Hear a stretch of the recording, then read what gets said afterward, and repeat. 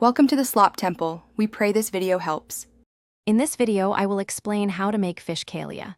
This classic Bengali dish is a true delight, and we will guide you through each step. First, choose fresh, firm fish, such as katla or rohu, about 600 grams. Marinate your fish pieces with 1 teaspoon of turmeric powder, half a teaspoon of salt, and a squeeze of lemon juice. Let these flavorful pieces rest for at least 15 minutes to absorb the seasonings. Next, heat about 80 milliliters of mustard oil in a pan until it begins to smoke, then reduce the heat. Carefully fry the marinated fish pieces until they are beautifully golden brown on both sides. Remove the fried fish and set it aside, but keep the flavorful oil in the pan.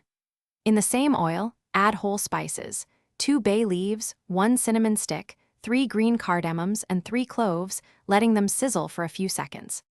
Now it is time to build the rich gravy. Add 100 grams of sliced onions and 150 grams of onion paste to the tempered oil, sautéing until they turn a deep golden brown. Stir in 20 grams of ginger paste and 30 grams of tomato paste, cooking until the tomatoes soften. Then, incorporate dry spices like turmeric, cumin, and red chili powder, along with 50 grams of whisked yogurt, cooking until the oil separates from the masala.